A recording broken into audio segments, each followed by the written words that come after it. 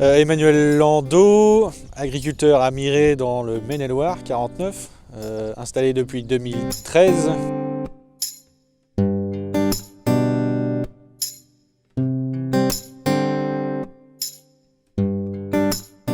L'exploitation, donc c'est du porc naisseur engraisseur, mâle non castré et porc sans antibiotiques.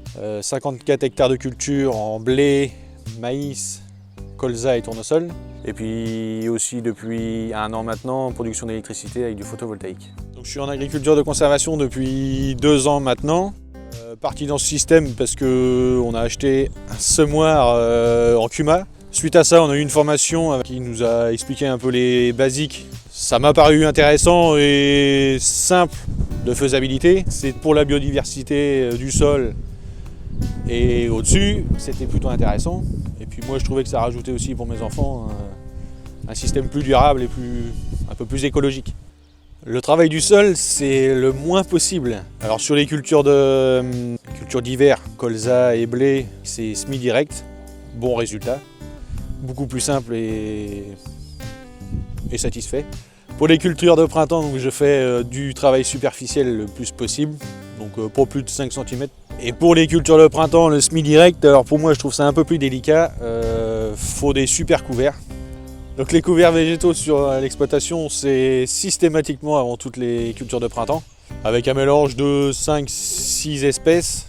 On essaye de faire des mélanges avec des légumineuses, crucifères, graminées. Moi j'essaie de regarder aussi aux racinaires pour essayer d'avoir que ça fasse la meilleure préparation de sol possible pour ma culture de printemps.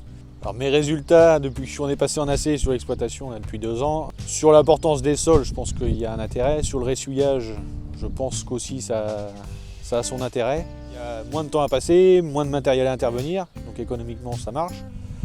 Sur le fuel, on est en train de voir que ça a quand même baissé. On a dû prendre 3 000 € de moins là, depuis 2 ans. Sur la biodiversité, je pense qu'il y a, moi l'été d'avoir des sols qui sont tout verts, ou couverts avec des petites fleurs. Je sais qu'il y a 2 ans j'avais fait un super couvert, je trouvais ça génial, il y a plein d'insectes. C'est agréable à voir. Les perspectives, c'est de continuer déjà d'une. Continuer avec du couvert permanent, là, on a commencé l'année dernière. Le couvert permanent, c'est en gros de semer son couvert une année et de l'avoir grossièrement le plus longtemps possible. C'était un lotier que j'ai semé avec mon colza. On a récolté le colza, ensuite au mois d'octobre l'année d'après, on a semé le blé dedans. Et l'idée, c'est de le garder encore cette année. Deuxième perspective sur l'exploitation, c'est d'arriver à semer les cultures de printemps, donc maïs et tournesol, en semi-direct. L'idée, c'est de maîtriser mieux encore les couverts avant ces cultures-là. Ça permet de faire une bonne préparation de sol, je dirais naturellement par les racines. Le travail en groupe, je dirais que c'est intéressant parce que ça permet de mettre en commun nos idées. C'est une banque d'idées un peu quelque part. Et pour le coup, de se former des fois avec des intervenants qui peuvent être intéressants. Mes objectifs en tant qu'agriculteur, c'est de m'éclater dans mon boulot déjà d'une, de gagner ma vie, trouver un équilibre entre le travail et la vie de famille, et puis de se lancer, je pense aussi des défis.